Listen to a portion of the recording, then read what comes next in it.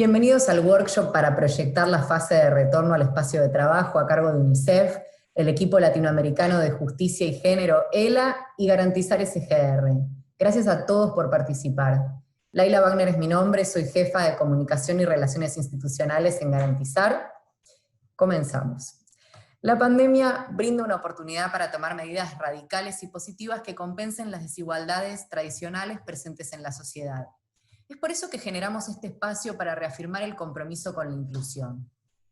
Hace unos años UNICEF invita a Garantizar a participar del grupo promotor de empresas que cuidan, en donde se comparten buenas prácticas para promover la conciliación de la vida laboral y familiar.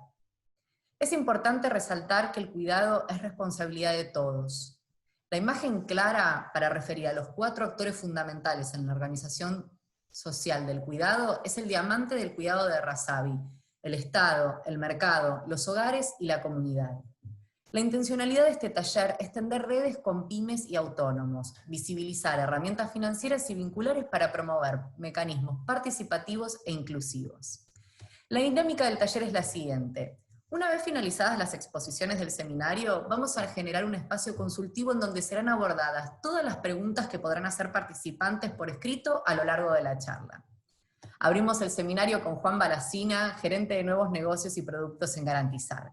Él es ingeniero industrial con una maestría en finanzas corporativas, docente universitario, quien estará a cargo de las herramientas financieras que puede brindar una SGR para fortalecer proyectos. Pero antes, un pequeño video que explica qué es una sociedad de garantías recíprocas. Una SGR está compuesta por socios partícipes y socios protectores. Los socios partícipes son las pymes que obtienen los avales a través de los cuales acceden a mayores montos, disminuyen los requisitos de garantía, reducen la tasa de interés de los créditos y aumentan los plazos de financiamiento. Por su parte, los socios protectores son inversores que realizan aportes al fondo de riesgo de la SGR con el fin de apoyar el crecimiento de las pymes, obteniendo además importantes beneficios financieros. Buenas tardes a todas y todos. Muchas gracias por participar en este workshop, el cual estamos desarrollando junto con UNICEF Argentina y ELA. Un poco como introducción, tal como Laila comentaba hace unos minutos, este escenario de la pandemia nos ha convocado a todos a tratar de interpretar y tratar de desarrollar, reorganizarnos y reinventarnos en este nuevo escenario. Justamente bajo este concepto es que las pymes que se encuentran en el tercer cordón son aquellas que son las más damnificadas, como así también el resto de las que se encuentran en todo el país y que forman parte de los sectores más minifundistas, personas humanas y las que recién tratan de empezar. Por este motivo, Garantizar ha desarrollado durante este primer semestre determinadas herramientas. Estas herramientas son las que queremos compartir con ustedes. Así pueden conocer de qué forma pueden buscar un acceso al financiamiento que les sea lo más cómodo posible y en la medida de las necesidades. Simplemente como una breve introducción, y para que sepan lo que significa Garantizar, atendemos y asistimos a más de 23.000 pequeñas y medianas empresas en todo el país, bajo la consigna de montos, plazos y tasas las más ventajosas del mercado. Asimismo, Garantizar, en la primera SGR, cuenta con una presencia federal en más de 32 sucursales en todo el país y puntos de venta, como así también tiene aproximadamente el 40% de la asistencia financiera a las pymes de todo el mercado. También se encuentra calificada por 2 calificadoras de riesgo, la cual nutre de esa calidad crediticia que requiere un SGR de primer nivel como Garantizar. Acá pueden observar brevemente nuestra distribución de los puntos de venta que recién mencionaba. Estamos en todo el país y con presencia federal. ¿Quiénes pueden acceder a nuestro aval para ubicarlos con más precisión? Las pymes, SRLs, SA, autónomos, cooperativas y ONG. ¿Qué tipo de líneas y herramientas tenemos? Dentro de estas herramientas tenemos las líneas o los préstamos, aquellos que fundamentalmente buscan asistir a los más necesitados. Dentro de las líneas de préstamos de capital de trabajo se encuentran las líneas que denominamos 24x24, que es a 24 meses y a una tasa fija de 24%.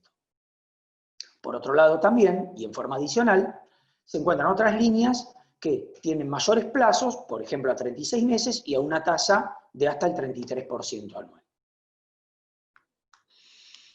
Asimismo, y como algo totalmente innovador en el mercado, y siendo Garantizar la primera, en este caso, Garantizar ha desarrollado la plataforma Garantizar Digital, la cual permite a todos aquellos autónomos, monotributistas y responsables inscriptos acceder a créditos en forma muy rápida y casi automática. Con lo cual, de esta forma podrán tomar créditos a 24 meses de plazo y también a una tasa del 24% anual. ¿Qué es lo que permite esta plataforma o Garantizar Digital como la llamamos habitualmente? Que es una plataforma de ingreso fácil, la hace el socio directamente, se suben las condiciones que se solicitan, que son unos breves papeles, se pasa por un scoring que lleva a cabo Garantizar, toda la documentación es digital y su instrumentación es digital, como así también la monetización y la interacción que hay con el banco que va a acreditar los fondos. Es de muy fácil acceso y muy rápido.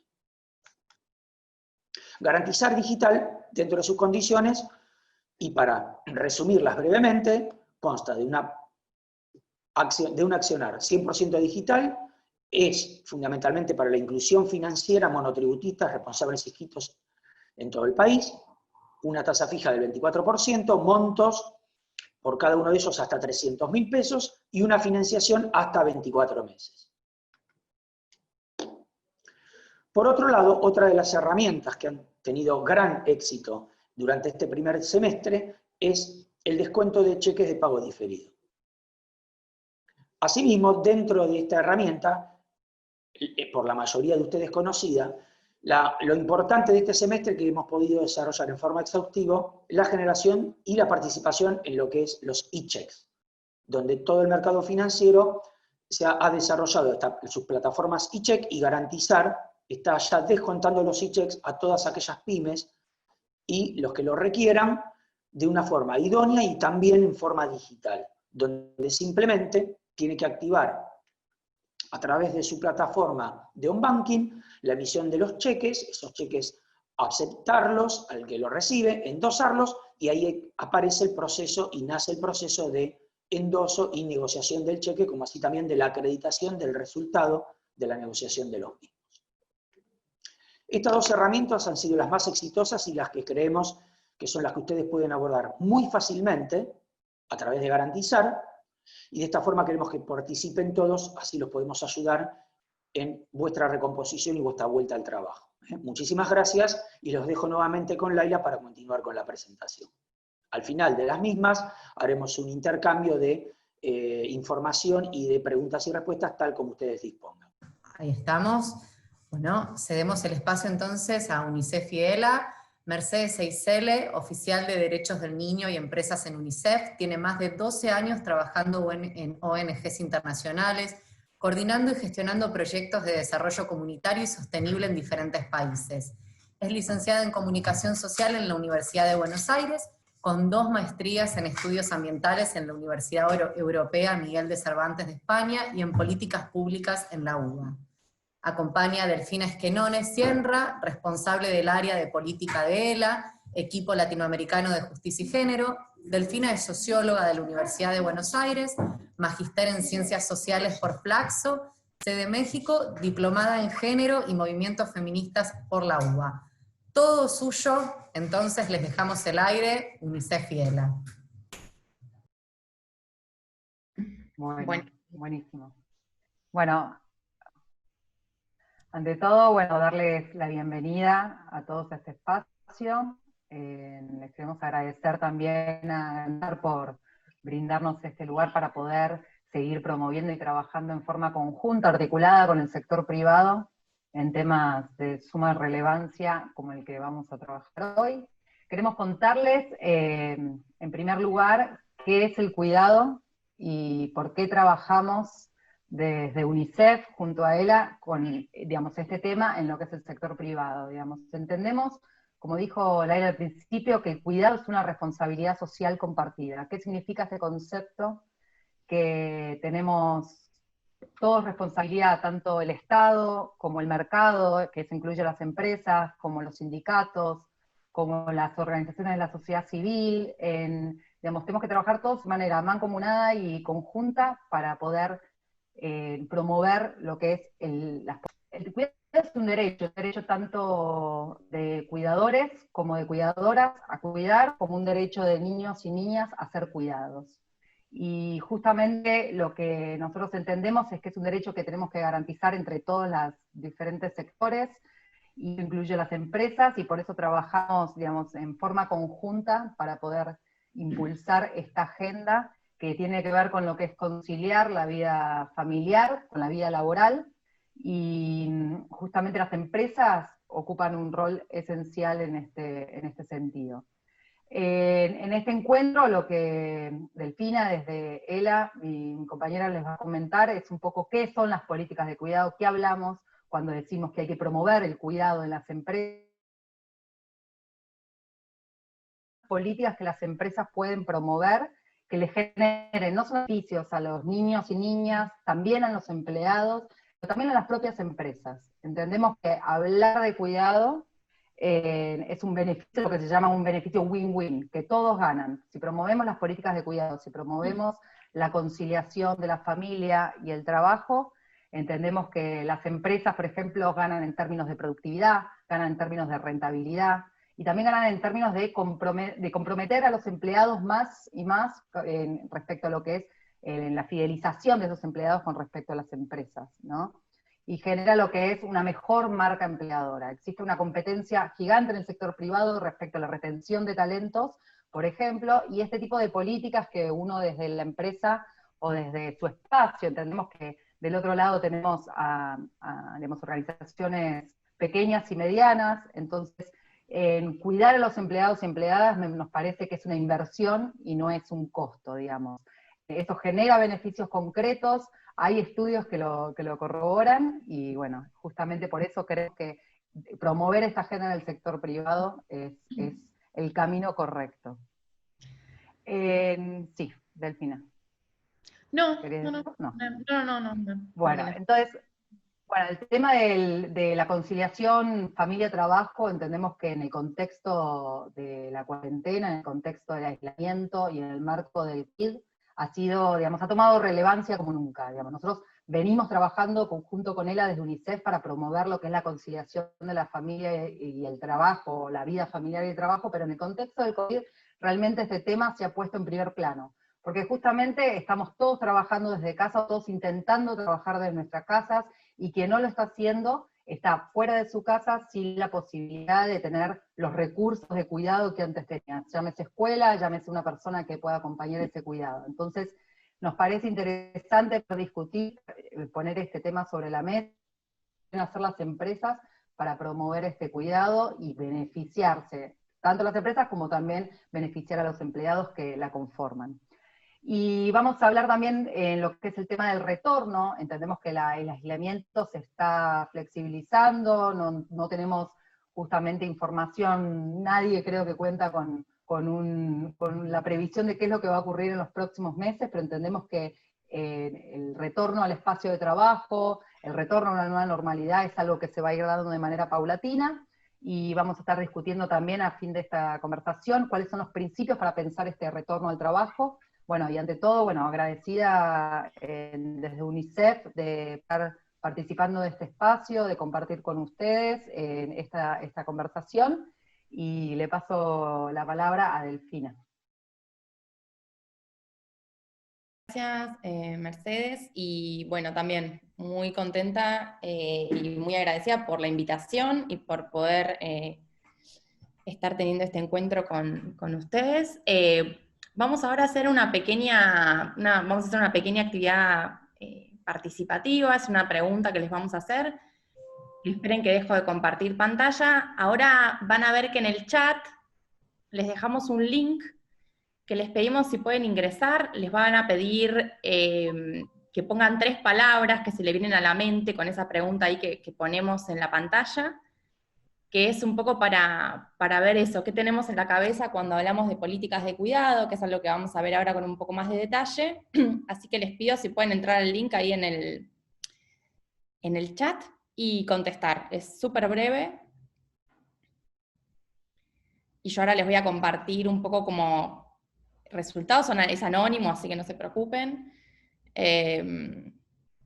Siéntanse libres de poner lo que se les venga a la mente.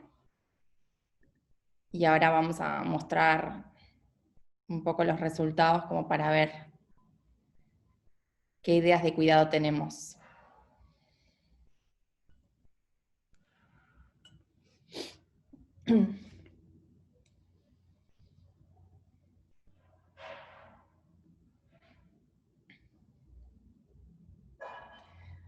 Ahí voy a esperar un minutito más para tener un poco más de respuestas y ahí les comparto los resultados.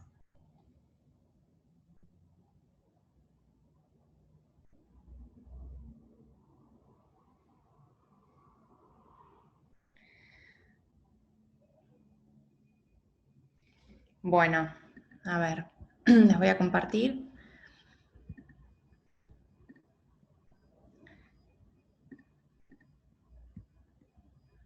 Espérenme. Verán que las palabras que se destacan son responsabilidad, seguridad, bienestar, salud, igualdad, familia, mejor calidad de vida, bienestar emocional, minimizar riesgos. Bien, ahí, bienestar, responsabilidad, seguridad, familia, igualdad. Bueno, es un buen mapa el que se armó, como para empezar a ver estos temas. Sí, muy bien. Compromiso, seguridad, responsabilidad, bienestar, familia, igualdad. Buenísimo. Bueno, entonces vamos a aprovechar para ya entrar a la presentación y seguir con esta introducción que nos hizo Mercedes. Esto lo vamos a pasar, que es lo que acabamos de hacer, y este era un poco el punteo que acaba de hacer Mercedes sobre los temas que vamos a estar discutiendo, pero pasamos ya al primer contenido, que tiene que ver con que se viene hablando sobre cuidado ya hace bastantes años, pero creo que durante esta pandemia la palabra, el concepto ha circulado muchísimo, ha tenido gran difusión en medios de comunicación, en el sector político, o sea, es una palabra que escuchamos y leemos continuamente.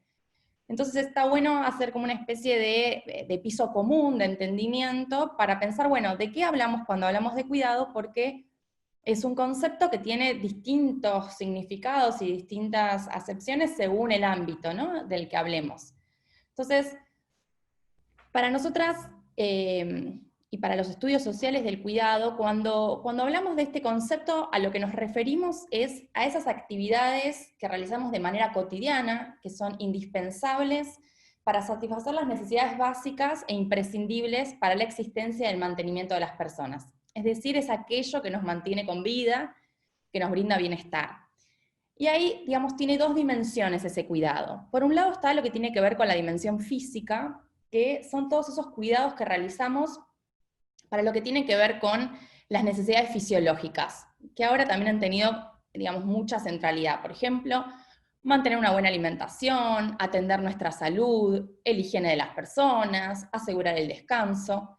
Pero también hay una dimensión simbólica que es fundamental del cuidado, que es lo que nos permite ser seres sociales, ¿sí?, vivir en sociedad, y que tiene que ver también con toda una contención emocional y afectiva que nos brindan los cuidados, y que nos aportan esos elementos simbólicos que nos hacen, como les decía, seres sociales. Y el cuidado, digamos, hay 4 componentes del cuidado. Tenemos el cuidado directo de las personas, que son esos cuidados, por ejemplo, esto de alimentar a alguien directamente, es un cuidado directo, ¿no? Bañar, por ejemplo, a un niño es un cuidado directo. Pero después hay también toda una serie de cuidados indirectos, que son los famosos trabajos domésticos, que realizamos en nuestro hogar, por ejemplo, lavar los platos, mantener la casa limpia, que son todas actividades que hacemos y que nos permiten asegurar ese cuidado directo, ¿sí? Y que también son fundamentales para asegurar un buen cuidado. Y que también ahora hemos tenido una sobrecarga de esas tareas, sobre todo por el tema de higiene y demás. Después está todo lo que tiene que ver con la gestión del cuidado, es decir, todo lo que tiene que ver con la planificación, con los traslados, con saber cuándo es la cita médica, saber cuándo hay que llevar a alguien a tal lugar, que eso se cumpla, cuándo hay que ir al súper, digamos, todo eso que tiene que ver con una gestión, una planificación, también es parte del cuidado. Y por último está el autocuidado, que es ese tiempo y ese esfuerzo que realizamos sobre nosotros mismos, que tiene que ver con brindar nuestra propia salud, asegurarnos el descanso, asegurar un tiempo también de equilibrio, ¿no?, en nuestras actividades, un tiempo de ocio, etc. Entonces es por eso que decimos que el cuidado es un elemento central del bienestar, porque sin cuidado básicamente no hay vida, y tampoco habría como una buena calidad de vida. Es básico para la reproducción social. Pensemos que si no hay cuidado, en realidad no hay personas, pero tampoco podría haber trabajadoras y trabajadores, fuerza de trabajo, etc. Y por lo tanto es una necesidad social.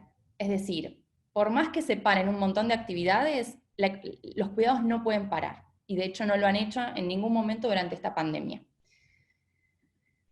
Ahora bien, si el cuidado es una necesidad social, es decir, es algo que todos necesitamos en algún momento de nuestra vida, vamos a ver que no necesariamente se distribuye de manera equitativa ese esfuerzo de cuidar.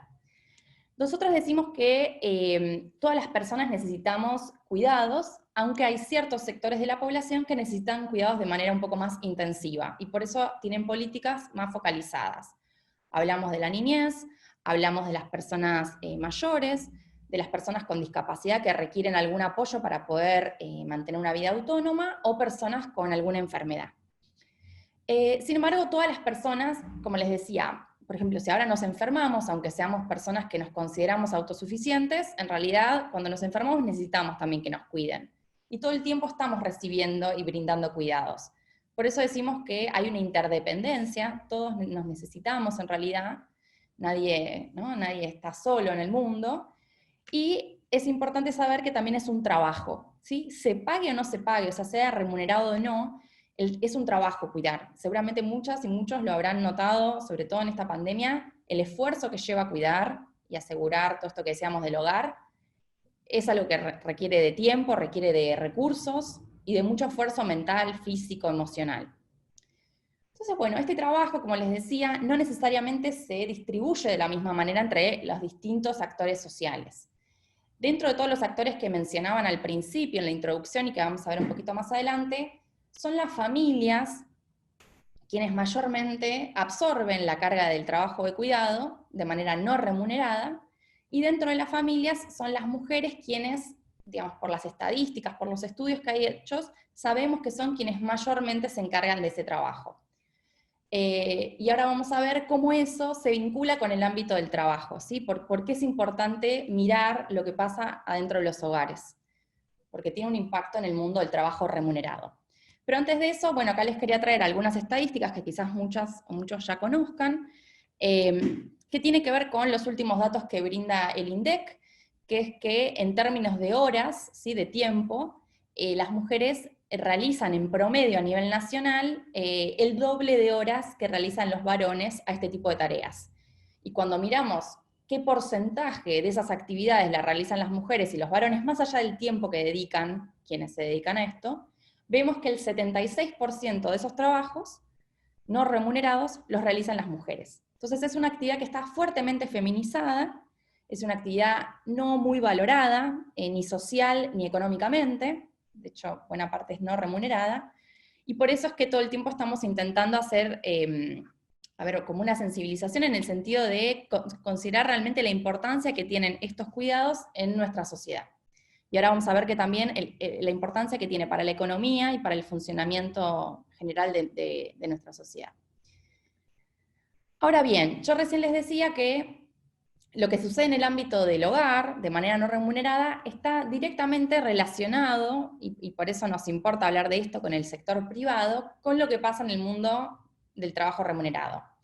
Hay distintos fenómenos que pueden explicar que las mujeres tenemos una inserción en el mercado laboral menor que los varones y de menor calidad, ¿sí? Si vemos, por ejemplo, la tabla que acá les estoy mostrando, la parte de arriba, que son algunos indicadores del mercado de trabajo, vemos que las mujeres tenemos una tasa de actividad menor que los varones, tenemos una tasa de desocupación mayor, tenemos mayor también trabajo informal, y tenemos una brecha salarial que para el primer trimestre de este año era del casi 28%, y cuando vemos en la parte de abajo, que es mostrar un poco el correlato, tiene que ver con que esto que veíamos recién, ¿no? De que las mujeres dedican mayor cantidad de horas en promedio por día que los varones a todos estos trabajos que se realizan en el hogar y a veces fuera del hogar de manera no remunerada. Y sobre todo, esto digamos, quienes más tiempo dedican en este cuidado tiene que ver sobre todo con quienes tienen hijos menores de 6 años, ¿sí? Que requieren de cuidados más intensivos. Ahí van a ver que las mujeres con hijos menores de 6 años dedican casi 9 horas del día a este tipo de trabajos, mientras que los varones, padres, dedican la mitad de horas. Entonces, cuando uno piensa eso, lo que vemos es que todo ese tiempo que le dedicamos a cuidar de manera no remunerada es tiempo menos, o es un menor tiempo que tenemos para dedicarnos a otras cosas, o poder dedicarnos bien al trabajo remunerado, a la participación política, al ocio, digamos, a un montón de otras actividades de la vida. Y hay dos fenómenos digamos, que representan un poco las desigualdades que tienen las mujeres en el ámbito laboral. Uno de ellos tiene que ver con la dificultad para acceder a los puestos de trabajo, a los puestos de decisión, digamos, a las máximas autoridades en los puestos de trabajo, que tiene que ver con el famoso techo de cristal, ¿sí? Que son barreras invisibles, pero que indican que las mujeres no logramos acceder en la misma medida a puestos de decisión. Y de hecho acá tengo un dato de una investigación que hizo el Banco Mundial hace un par de años, donde mostraban que en promedio en Argentina, en las pequeñas y medianas empresas, hay un promedio de 7% de mujeres en puestos de alta decisión. 7%, digamos. Y cuando vamos a qué porcentaje de mujeres son personal permanente, full time en las pymes, había un promedio de 25%. Con lo cual nos muestra que todavía hay un gran margen como para poder acrecentar la participación femenina en el ámbito de las pymes, que son fundamentales porque son quienes mayormente emplean a las personas en nuestro país, ¿sí? Y que representan la mayor parte de las empresas de nuestro país. Y después hay otro fenómeno que tiene que ver con, ustedes lo conocerán, digamos, que hay ciertas actividades que están más feminizadas que otras, ¿sí? Por ejemplo, las actividades que están más fuertemente feminizadas también tienen que ver con el cuidado, que son el personal de salud, educación y el trabajo doméstico de casas particulares. Esas son las actividades más feminizadas del mercado de trabajo remunerado, que como verán es una extensión de ese rol de cuidado que tienen asignado socialmente las mujeres. En cambio, los varones están más concentrados en actividades como energía, construcción, actividades industriales, que suelen además ser actividades con mejores salarios, mejores condiciones laborales, etc. Ahora bien, nosotros decimos que, espérenme que, sí, perfecto. Nosotros decimos que, decíamos que, bueno, que es importante poder incentivar y aplicar e implementar políticas de conciliación familia-trabajo, y bueno, ese tipo de políticas uno puede decir, bueno, ¿qué son las políticas de conciliación familia-trabajo? Son ese conjunto de políticas, de programas o de acciones que pueden realizar las empresas con el objetivo de reducir la tensión que pueden tener las personas, mayormente las mujeres, cuando sostienen tanto su trabajo remunerado como las responsabilidades familiares. Pensemos ahora que durante la pandemia hemos tenido la tensión máxima porque hemos estado realizando de manera paralela ambos trabajos, tanto ese que es remunerado como el que no es remunerado, ¿sí? Por esto que comentaba Mercedes, de la falta de escuelas, que ahora vamos a volver a repasar, pero hay una serie de condiciones que hicieron que esos trabajos estén totalmente solapados, con lo cual ha habido una enorme sobrecarga de esas tareas. Pero normalmente, en el periodo prepandemia, también teníamos que ciertas personas tienen mayor tensión porque están, mientras trabajan, preocupadas, pensando, organizando, gestionando distintas cuestiones que pasan, ya sea en la escuela, en la casa, ¿sí? En los traslados, porque no dejamos de tener responsabilidades familiares por estar en el ámbito del trabajo. Y hay 3 tipos de políticas que pueden ayudar a disminuir esta tensión. Tenemos lo que son, digamos, políticas que van hacia brindar tiempos para cuidar, dinero para cuidar o servicios para cuidar. Lo que tiene que ver con tiempos para cuidar Pensemos, por ejemplo, todo lo que tiene que ver con el gran abanico de licencias que hay, ¿no? Desde la licencia por maternidad o por nacimiento o por paternidad, licencias por adopción, lo que tiene que ver también con, acá hay un abanico muy grande, desde franquicia horaria para poder asistir a reuniones escolares, o para poder hacer ciertos controles médicos, cierta flexibilidad en los tiempos, ¿sí? A veces que hay, no sé, un viernes flexible, o hay momentos en donde se pueden flexibilizar el horario de entrada y salida. Todo eso tiene que ver con facilitarnos mayor tiempo o mejor tiempo para cuidar. Luego está todo lo que tiene que ver con dinero para cuidar, que tiene que ver con asignaciones o con recursos que se destinan para, por ejemplo, apoyar el pago de un jardín de infantes. O las asignaciones que muchas veces se pagan por maternidad, por ejemplo. Eso es dinero para cuidar también. Y por último, está lo que tiene que ver con los servicios de cuidado, que tiene que ver, por ejemplo, con desde brindar no sé, una colonia de vacaciones, o brindar un centro de cuidado infantil. Y acá, por supuesto, que cada empresa tiene distintas posibilidades para brindar políticas. No todas las empresas están en las mismas condiciones para brindar todo el gran abanico de políticas que puede haber. Sin embargo, siempre hay algo por donde se puede empezar, ¿sí? Todas las empresas tienen posibilidades de empezar con alguno de estos componentes. Y un poco nuestra idea es poder apoyar a las empresas que deseen hacerlo a poder emprender ese camino. Y acá lo que es importante, más allá de ver qué posibilidades tienen las empresas para empezar a aplicar estas políticas, es que cuando se aplican, es importante que sean accesibles para todas y todos los trabajadores o colaboradores, sin importar, por ejemplo, la identidad de género o la orientación sexual. ¿En qué sentido? Hay veces, o había momentos, en donde había ciertas políticas que se brindaban solo a las mujeres, ¿no? O sea, ciertas licencias que se brindan solo a las madres. ¿Por qué? Porque hay una idea de que es la madre la que se debe encargar de esa tarea. Lo ideal es poder favorecer la corresponsabilidad, que es que todos somos responsables de ese cuidado, y por eso dar esa posibilidad, ese derecho a todas las trabajadoras y trabajadores. Y por supuesto, esto tiene que ser en un diálogo social, en un diálogo con sus propios empleados y empleadas, y no algo impuesto, ¿sí? De manera unilateral. Lo mejor es poder evaluar y consensuar cuáles son las mejores medidas para el tipo de población que tienen.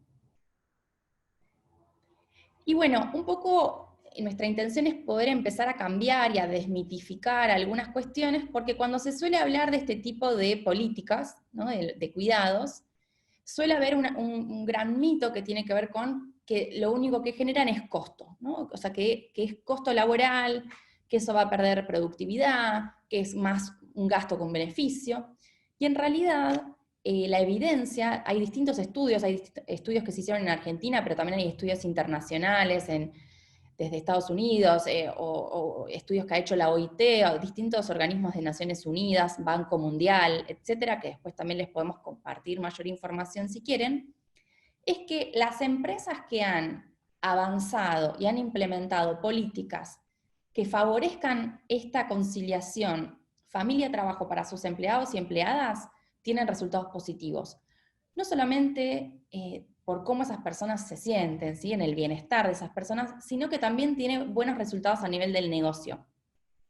¿Por qué? Porque si pensamos que ese tiempo que hay que dedicarle al cuidado es menor tiempo o un tiempo de menor calidad que le podemos dedicar a nuestro trabajo, cuando tenemos personas que están tranquilas y han podido organizar sus responsabilidades familiares, son personas que están muchísimo más dedicadas y mejor dedicadas al trabajo, ¿sí? Y por eso, por ejemplo, acá les traigo un ejemplo de esos estudios que muestra cierta evidencia. Este se hizo entre la OIT y ONU Mujeres el año pasado acá en Argentina, y lo que mostraba era que el 49% de las organizaciones que implementaron iniciativas en lo que tiene que ver con diversidad y género dijeron mejorar sus resultados empresariales.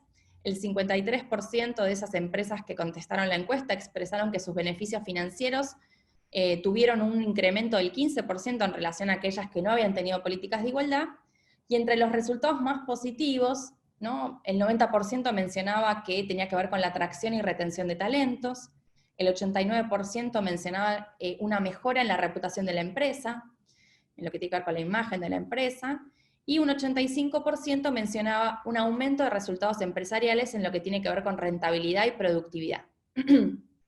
Por eso es que para Mercedes al principio decía que estos son políticas donde gana el empleador o la empleadora y ganan también los empleados y empleadas, ¿sí? Porque es una mejor calidad de vida tanto para las empleadas, pero también mejora la capacidad para dedicarnos al trabajo. Y acá, bueno, justamente decíamos que en este contexto de pandemia, y seguramente muchos lo habrán vivido en carne propia, en sus propias experiencias personales, estamos en una situación que ha estresado, o sea, que ha incrementado la demanda de cuidados para las familias específicamente. ¿Por qué? Porque con las medidas de aislamiento y distanciamiento en otras partes del país, todavía no tenemos escuela, no tenemos centros de cuidado infantil abiertos. Las personas que forman parte de grupos de riesgo necesitan mayor asistencia para la compra de medicamentos o alimentos o para hacer trámites que quizás antes no necesitaban, porque vivían solas o solos y eran autónomos. También se han incrementado la demanda por trabajos domésticos que tienen que ver con la higiene personal o la higiene del ambiente de la casa. Y además, bueno, como sabrán, hay una fuerte limitación para poder comprar servicios en el mercado, ¿sí? O sea, un montón de trabajadoras domésticas no están pudiendo desempeñar por las medidas de protección, y por supuesto eso antes era un apoyo para las familias que lo podían pagar. Y ahí hay distintas encuestas, UNICEF también había hecho una a nivel general, pero yo les quise traer unos datos más cercanos al sector. Esto es una encuesta que hizo las mujeres empresarias de CAME, que hicieron una encuesta, puse 2019, pero es de 2020, que hicieron a 2.369 comerciantes y empresarias de PYME, entre el mes de abril y mayo lo hicieron, y en esa encuesta las mujeres mencionaban que el 81% había visto afectada su rutina de tareas, el 70% tuvo que restarle horas al trabajo a su empresa, y el 54% de esas mujeres manifestaba sentirse sobrecargada y preocupada, ¿sí?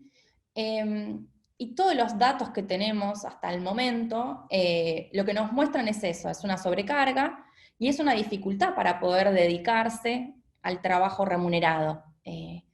Porque justamente estamos haciendo otro trabajo en paralelo, que es este trabajo del que estamos hablando tan importante, que es cuidar de otras personas.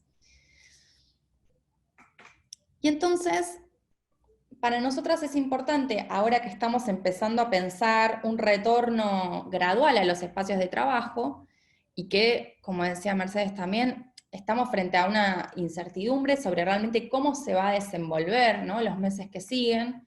Es probable que varias provincias, por ejemplo en agosto, inicien clases, pero todavía no sabemos bien cómo va a ser ese inicio de clases presenciales.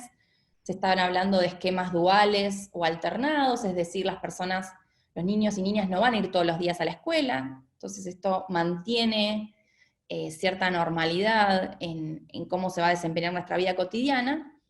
Entonces, para nosotros es importante que las empresas, como parte de los actores que son... que forman parte, digamos, del cuidado, como decíamos, no solamente las familias cuidan, sino que están el Estado con los servicios públicos, las empresas, el mercado con los servicios privados, los sindicatos, las organizaciones comunitarias.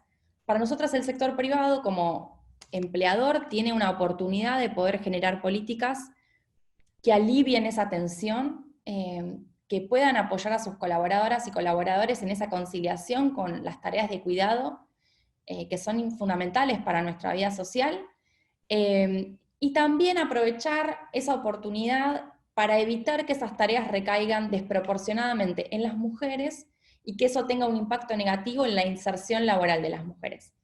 Porque, digamos, como veíamos un poco atrás, las mujeres son las primeras en ver afectado su nivel de inserción laboral o su calidad de inserción laboral cuando hay necesidades de cuidado y no las pueden delegar, ¿sí?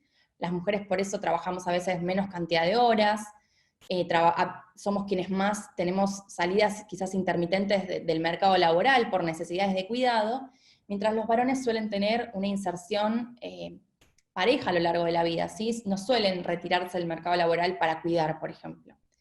Entonces, es importante intentar ir reduciendo esta brecha de género, que además también distintos estudios lo que muestran es que al acortar esa brecha en el mercado laboral, lo que hacemos es también propiciar un mejor ámbito, no solo para la igualdad, sino también para el crecimiento económico de nuestro país.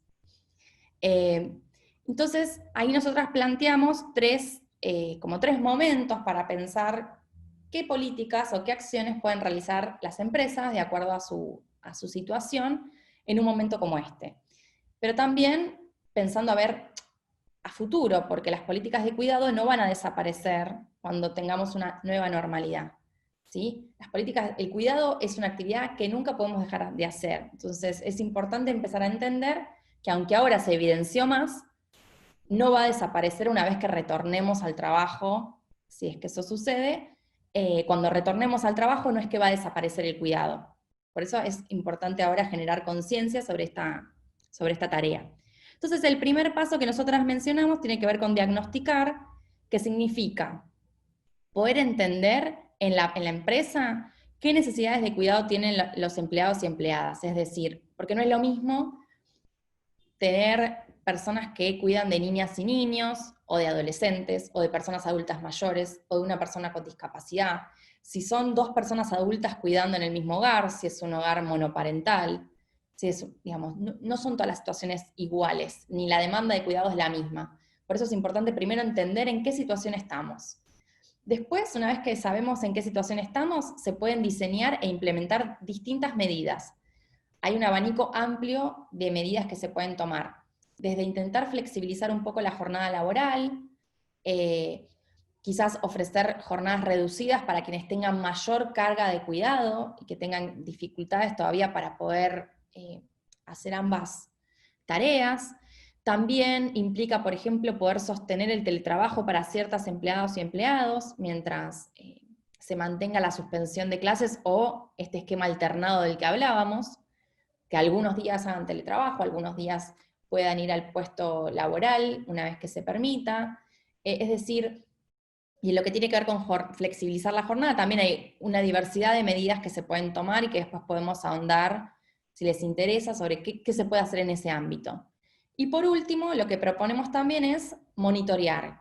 Hay veces que se hacen medidas, o sea, que se implementan medidas y después no sabemos bien cuánta gente tomó, ¿no?, la licencia o usó la flexibilidad o realizó teletrabajo. Es decir, es importante después saber cómo funcionó eso. Se pueden hacer cosas como desde encuestas internas, entrevistas, pueden hablar con los líderes de equipo y que ellos les reporten. O sea, hay distintas maneras para poder entender cómo esas medidas fueron recibidas por sus empleados y empleadas. Y si hay cosas que se pueden ajustar. Porque estas políticas son dinámicas, ¿sí? Y son modificables. No es que se hacen de una vez y para siempre y para todos igual. Se pueden hacer políticas más segmentadas, se pueden ir, digamos, pueden ser dinámicas, porque también son dinámicas las coyunturas y los momentos de la vida también van requiriendo distintas necesidades de cuidado. Y por último, ahora le voy a dar la palabra a Mercedes, que nos va a contar un poco la experiencia de UNICEF, que ellos plantearon principios para pensar la vuelta gradual a los espacios de trabajo desde la propia organización, ¿sí? No sé si ahí está, Mer. Perfecto. Buenísimo. Sí, me escuchan. Bueno, entiendo que, digamos, el público que tenemos, la audiencia de hoy, son pequeñas y medianas empresas, gente que es, digamos, creemos importante que las empresas puedan pensar cómo invertir en cuidado, cuán importante es invertir en cuidado respecto a que genere estos beneficios que nos comentaba recién Delfina, y que todas las empresas tengan 10 empleados, 20 empleados, tienen que pensar realmente de manera profunda en este contexto de COVID-19, el tema de cómo va a ser este retorno al trabajo, ¿no? Creo que tengan un empleado, 10 empleados, 20, 100, lo que sea, es interesante, importante que se pueda pensar este proceso de retorno, este proceso que va a ser gradual. Entonces, desde UNICEF, por ejemplo, hemos conformado una comisión interna de gente de diferentes áreas y empezamos a pensar que cualquier política, cualquier medida que tomemos respecto a ese retorno a las oficinas, básicamente, tiene que darse con un principio que es el primero de esta lista que estamos compartiéndoles, que es el principio de prudencia y regreso gradual. O sea, entendiendo que este contexto nos habilita y nos deshabilita ciertas libertades en cuanto a lo que es la circulación de personas y demás, todo tipo de medidas deben implementarse en forma gradual y progresiva, ¿no?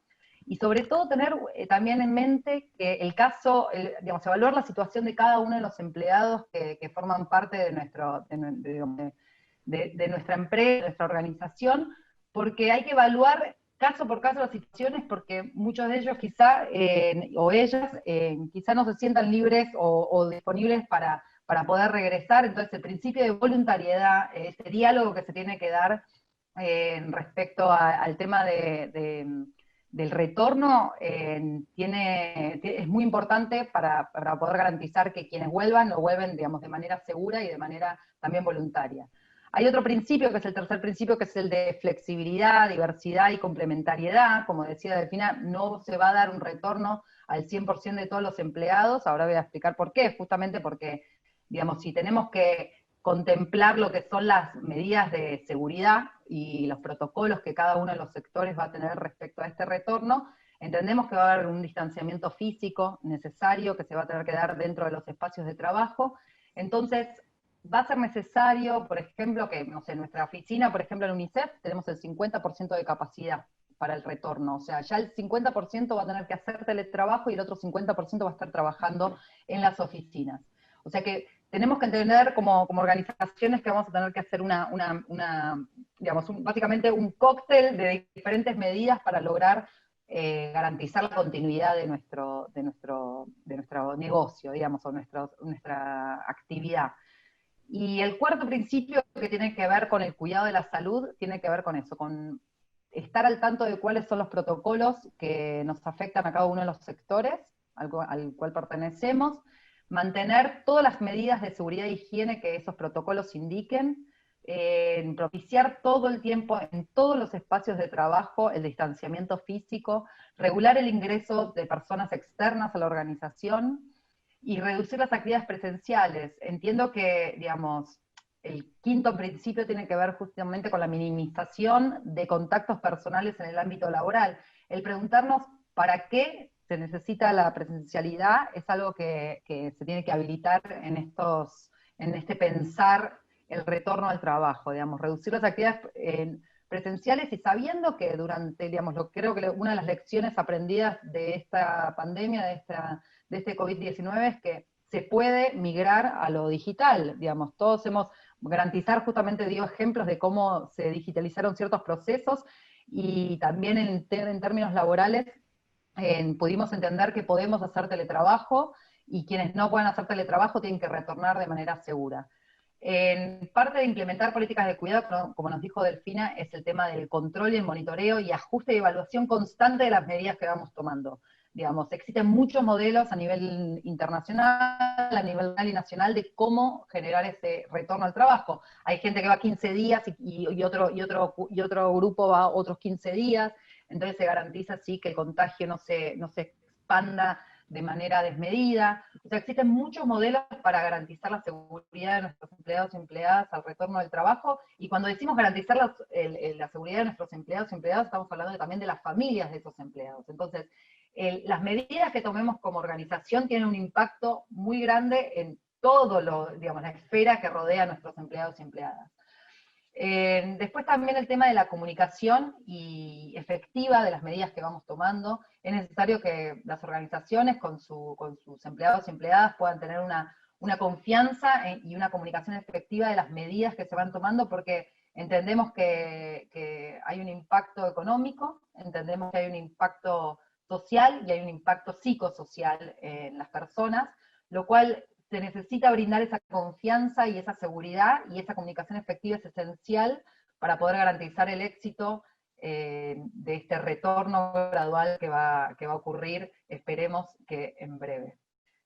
Bueno, Delphi, ¿algo más para agregar? No, creo que quizás ahora que Garantizar va a contar un poco su experiencia, vamos a ver un caso como concreto de esto que estuvimos ahora comentando, y después quizás haya algunas preguntas o algo donde podamos profundizar algunos de estos puntos. Así que de mi parte podemos darle la palabra a Garantizar ya, nuevamente. Bueno, muchísimas gracias, muy completo realmente, muy sólido lo que tuvieron para aportar. Y bueno, entonces ahora que hemos pasado por la parte del seminario de UNICEF y de ELA, vamos a darle la palabra a Recursos Humanos de Garantizar. Fernanda Botti, gerente de Recursos Humanos, licenciada en Relaciones Laborales, profesional de Recursos Humanos, especializada en selección y detección de talento, gestión de clima organizacional, desarrollo, evaluación, capacitación y comunicación. Acompaña a Daniela Barona, responsable de selección y beneficios, profesional de recursos humanos, especializada en gestión de clima laboral y selección de personal. Fernanda, tenés la palabra. Muchas gracias, Laila. Un gusto escuchar a Mercedes y a Delfina. Bueno, un poco como comentaba recién UNICEF y ELA, la idea es contarles lo que estamos haciendo en políticas de cuidado y en materia de la nueva normalidad, el regreso a la nueva normalidad. Bueno, lo que está sucediendo hoy en Garantizar, la verdad que para nosotros no fue fácil, obviamente, fue toda una novedad, creo que todos están transitando esta nueva normalidad de la mejor manera posible. Nosotros en este momento nos encontramos trabajando, les diría que un 70% de los colaboradores de Garantizar en home office. Cuando se decretó la cuarentena obligatoria, pasamos el 100% de la plantilla de Garantizar a trabajar por medio de home office. Obviamente ya veníamos transitando un periodo de digitalización muy importante, como lo vieron más temprano con Juan Balacina, tanto en nuestros productos, como obviamente en todo lo que es el trabajo nuestro, con nuestros programas de uso diario, y con pasar de tener PCs de escritorio, todos a tener hoy en día notebooks. La verdad que esa fue una transición larga, pero hoy, gracias a Dios, nos da la posibilidad de trabajar a todos automáticamente con el inicio de la pandemia desde el home office.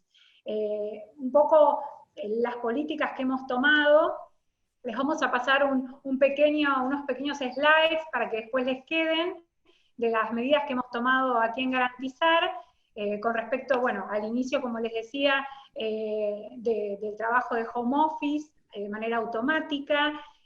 Brindamos obviamente el acompañamiento desde el día 1 a todos nuestros recursos. Tratamos obviamente de mejorarle la calidad de vida, porque como contaban Mercedes y Delfina, es una realidad totalmente distinta, trabajan con las familias, tienen el cuidado de los niños, tienen las famosas clases de Zoom con todos los chicos.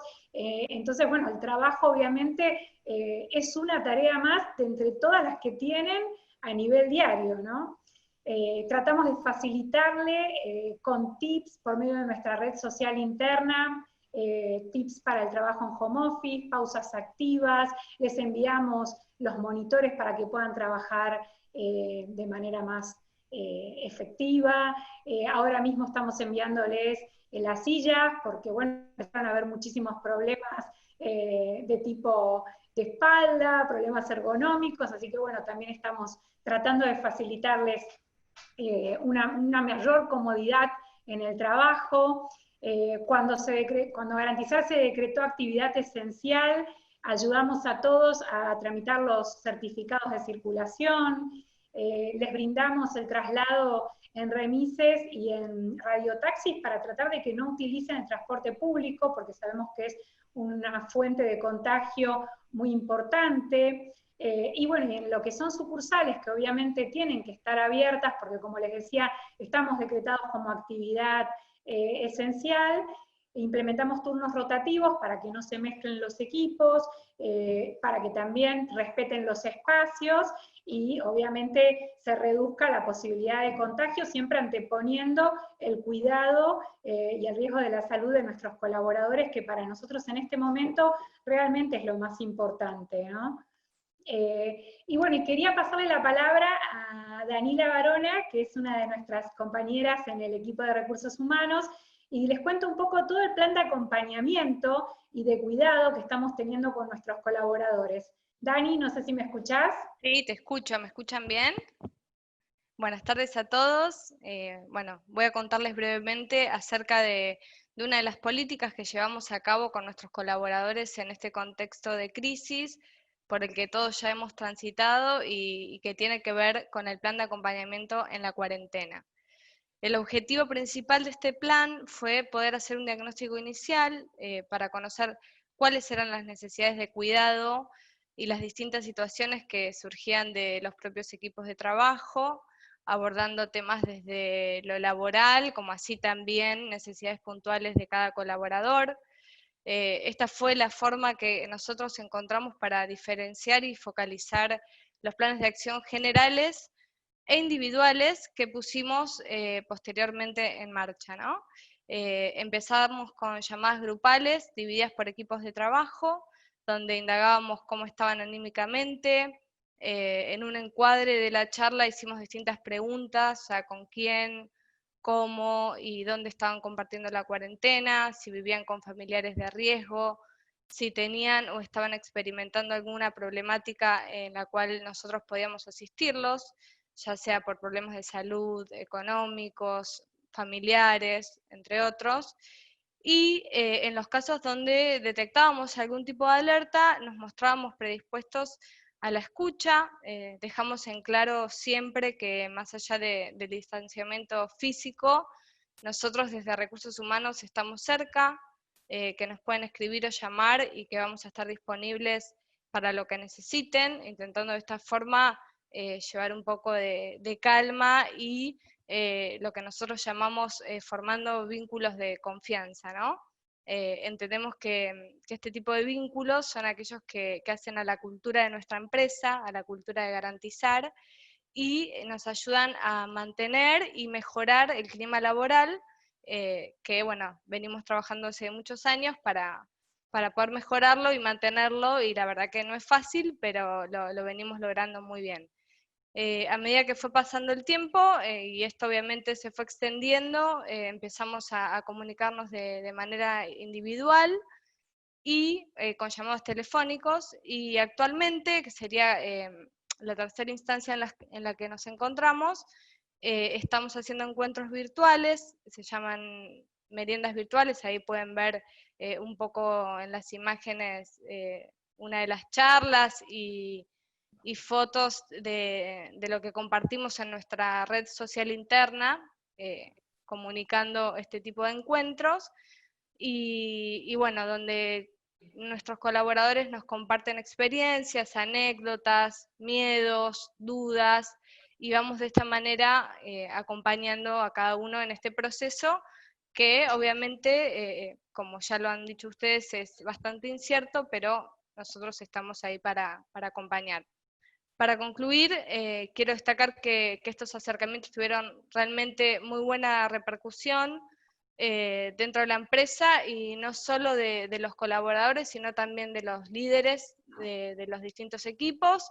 Nos manifiestan su agradecimiento constantemente, y bueno, la verdad que para nosotros, para todo el equipo de Recursos Humanos, o sea, hoy me toca hablar a mí y le toca hablar a Fer, pero en realidad esto es un trabajo en equipo de todos los que formamos el área, es lo más reconfortante, y bueno, y que nos digan que se sienten cuidados y acompañados por parte de Garantizar, es el gran logro que hemos tenido en esta cuarentena.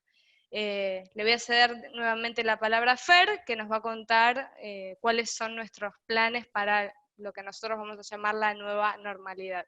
Muchas gracias. Gracias, Danu. Bueno, un poco me voy a repetir con lo que ya contaron Mercedes y Delfina, pero bueno, sí, la nueva normalidad en Garantizar está pensada justamente en un retorno muy gradual, que comenzaría en los meses de calor de Argentina.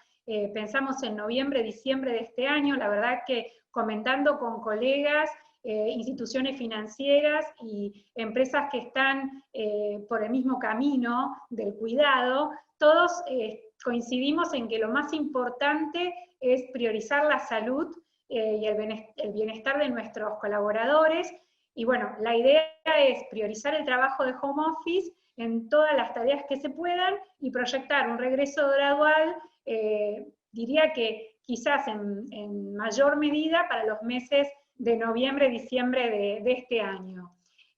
Vamos a tener que cuidar ante todo a los colaboradores que tienen cargas de familia, vamos a seguir tomando todas las medidas de seguridad e higiene y los protocolos que venimos implementando, porque obviamente tenemos que guardar a la hora del regreso a garantizar el espacio que nos indica nuestra empresa de seguridad e higiene, que es como mínimo de 1,5 metros, 2 metros de distancia entre cada colaborador, y obviamente utilizando los espacios comunes, tanto del ingreso como la atención al público, con mucha gradualidad y priorizando la salud ante todo.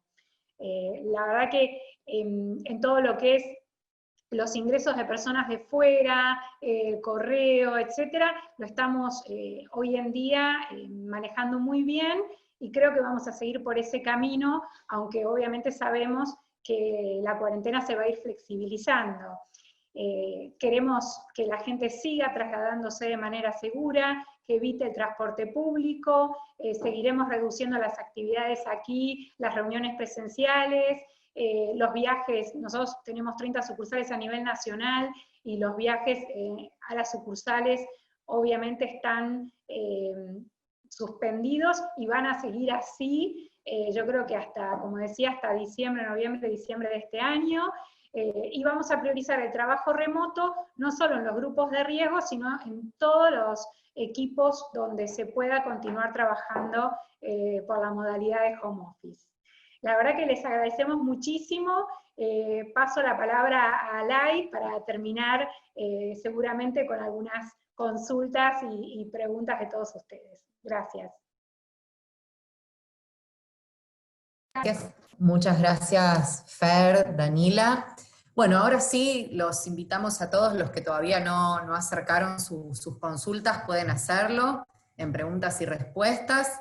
Vamos a comenzar a leer. Saludamos a Sergio Rodríguez de la Cámara de Frigorífico de Santa Fe, Frigorífico Unión de Villa Trinidad. Y comenzamos con la siguiente pregunta, que sería para Juan Balacina. ¿Qué tipo de financiamientos otorgan? Bien. El tipo de... a 24 meses y a una tasa del 24%, y si no, los créditos que son a 36 meses y que son al 33%. Ese es el tipo de financiamiento por el lado de los créditos. Asimismo, por el lado de los cheques, lo que hacemos es avalar el descuento de cheques de pago diferido. Ese también es otro mecanismo para asistir en el capital de trabajo, así rápidamente se pueden hacer de los recursos que va recibiendo, tanto de cheques de terceros, como también una parte se puede hacer con la emisión de cheque propio, mediante una calificación de créditos que hace garantizar, y se le otorga un límite en función a la capacidad, funcionamiento y estacionalidad de cada una de las empresas. Es un poquito así como funciona y las distintas herramientas que les podemos brindar de financiamiento. No sé si quedó claro, y si no cualquier cosa, detallamos, les damos detalles. Excelente. A ver, ¿financian recomposición de capital de trabajo? Bien. Justamente con motivo de la pandemia y el esfuerzo que hicieron muchos microemprendedores y empresas pymes y MIPYMES, la realidad es que este es un momento donde se está haciendo mucho hincapié en la recomposición del capital de trabajo. Han hecho mucho esfuerzo con fondos propios, y justamente estas asistencias están aplicadas a esa recomposición de capital de trabajo, hasta luego ver a futuro y a volver, y que se vuelva a un nivel de actividad razonable, como poder asistir en un nuevo perfil de deuda. Pero sí lo hacemos, y es uno de los objetivos principales de garantizar en este momento. Seguimos con más preguntas. Esta pregunta es para Recursos Humanos de Garantizar. ¿Cómo organizar un plan de acompañamiento anímico? Bueno, la verdad es algo que, obviamente, si tenemos tecnología, siempre ayuda. pero también se puede hacer por medio de llamados telefónicos. La realidad es que nosotros tenemos una nómina de 400 colaboradores y en este momento en el Departamento de Recursos Humanos nos dividimos, cuando fueron los llamados individuales, entre todos para poder llegar a la mayor cantidad de colaboradores. Pero bueno, si no cuentan quizás con un Departamento de Recursos Humanos amplio, yo creo que lo más importante es quizás por medio de mails, tratar de detectar los casos donde más necesidad tienen, ponerse en contacto y brindarles el acompañamiento diario, tanto si ustedes obviamente están dentro de esa posibilidad, o si ya necesitan contactar a una persona, como puede ser un psicólogo, es decir, ya recomendarles, obviamente aquí se han dado casos, que puedan contactar a un profesional, ¿no? Pero siempre en la medida de lo posible, yo creo que el contacto, ya sea por una red social interna, por un llamado, por una comunicación informal vía mail, creo que hoy tenemos todas las posibilidades, o vía WhatsApp, creo que hoy tenemos todas las posibilidades para estar comunicados y contactados con nuestros colaboradores. Sí, obviamente es importante mostrarse colaborativo, abierto y dispuesto a escuchar. Bien, siguiente pregunta. Protocolo con el grupo de riesgo, preguntan. ¿Cómo se puede formular un protocolo? Bueno, nosotros trabajamos con nuestra de seguridad e higiene, primero para detectar todos los casos que están incluidos dentro de los casos de riesgo. Una vez que los detectamos, lógicamente esto sí es previo comunicación vía mail y vía red social interna, pidiéndoles a todos nuestros colaboradores que se pongan en contacto con nosotros, porque más allá de que de muchos tenemos su historial médico y sabíamos que estaban dentro de este colectivo de riesgo, también hay muchos que están con cuidado de familiares que tienen una enfermedad de riesgo, y bueno, en ese caso sí les pedimos a todos, por medio de mail, llamado telefónico, que nos digan si estaban en este momento cuidando a un familiar dentro del colectivo de riesgo, para obviamente brindarle toda nuestra ayuda y que no salgan de sus domicilios y que no vengan obviamente presencial ni a las sucursales ni aquí a Casa Central. Una última pregunta y luego vamos a darles el cierre a ELA y a UNICEF. Esta pregunta es para Juan Balacina. ¿Pueden acceder a las garantías las personas humanas o solo para empresas? A las garantías tanto las personas humanas como las empresas. Aquellos que son monotributistas y o responsables inscriptos pueden acceder de la misma forma que las que son empresas SRL o SA. De idéntica forma, en el SGR recibimos a todo el mundo en todo este escenario. Así que bienvenidos y los esperamos. Bueno, ahora sí vamos a cederles el cierre a Delfina, Mercedes, ELA y UNICEF. Bueno, muchas gracias, Leila, muchas gracias, Juan. Bueno, ante todo, agradecidísimos por tener este espacio, por contar con un espacio para poder compartir lo que es la agenda de cuidados. Se entiende principalmente que las empresas, las familias, digamos, todos estamos atravesados por esta situación de COVID-19. Entendemos también que se está flexibilizando, pero que aún falta y hay muchos desafíos con los cuales nos estamos enfrentando como sociedad. Y sabemos que invertir en cuidado, invertir en política de cuidado, no es algo que tiene que ver muchas veces con el dinero, sino con una voluntad por parte de las empresas de realmente entender que el bien más preciado que tenemos hoy en día son nuestros empleados y nuestras empleadas, nuestras familias, y generar políticas que busquen fidelizar esa relación de la empresa con nuestros colaboradores. Entendemos que es acertado, es un camino que es acertado. Y muchas veces no requerimos de grandes inversiones, sino de pensar cuáles son aquellas medidas que pueden realmente ayudar a que se pueda lidiar con estos desafíos que nos presenta hoy la pandemia. Y bueno, entendemos que el sector privado cumple un rol esencial, cumple un rol importantísimo en esta promoción de este derecho a cuidar, y este derecho de los niños y niñas a ser cuidados, y esperamos que, bueno, que puedan animarse, puedan seguir promoviendo este tipo de políticas, así ya, digamos, básicamente van a poder ver los beneficios en el mediano y largo plazo, entendiendo que esta situación es urgente, pero que la vida debe continuar y la nueva normalidad nos va a determinar que invertir en cuidado realmente es un beneficio tácito y explícito para lo que son las empresas y sus negocios. Así que muy agradecida. Delfina, ¿querés comentar algo también? Sí. Bueno, también un poco en la línea de lo que dijo Mercedes recién. Bueno, primero agradecerles el tiempo que nos dedicaron y haber compartido este tiempo tan preciado, sobre todo ahora en el contexto de la pandemia, para hablar de este tema, que para nosotras es central, y quizás hacer énfasis en esto que decía Mer, de que hay veces que se piensa que las pymes no tienen... que no tienen la cintura o que no tienen el espacio como tienen las grandes empresas para poder implementar políticas de cuidado, y creo que hay que quitarnos la idea un poco de que siempre es una cuestión de dinero, sino que muchas veces hay políticas que se pueden hacer sin que implique una gran inversión de dinero, y que tiene que ver más bien con una mirada sobre la importancia que tiene esto y los beneficios que puede traer, y sobre generar mejores ambientes de trabajo, y hacer sobre todo ambientes más productivos, más ricos en términos laborales, y con una voluntad de empezar a recorrer ese camino. Entonces, que también cuenten con nosotras, desde UNICEF y desde ELA, para apoyar a las pymes en ese recorrido. Y antes de finalizar, quería dejarles un link, digamos, con una breve encuesta de satisfacción, como para ver qué les parecieron. Son 5 preguntitas anónimas. Ay, espérenme que tengo a la gata acá. Para ver cómo les pareció esta capacitación, que nos ayuda también a poder mejorar estas instancias y a saber un poco cuál es su recepción. Así que se las voy a dejar ahí en el chat. Ay, espérenme que se las mandé, no lo mandé a todos los panelistas. Ahí la vuelvo a mandar. Son 5 preguntas y es anónima, así que les agradezco mucho si lo pueden completar.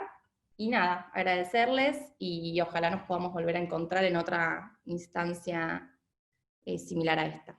Así que muchas gracias. Gracias a ELA, UNICEF, a todos los que participaron de la charla, gracias a todos por el tiempo. Damos por finalizado el seminario, luego lo estaremos compartiendo en nuestras redes. Así que bueno, muchísimas gracias, ha sido un placer para todos.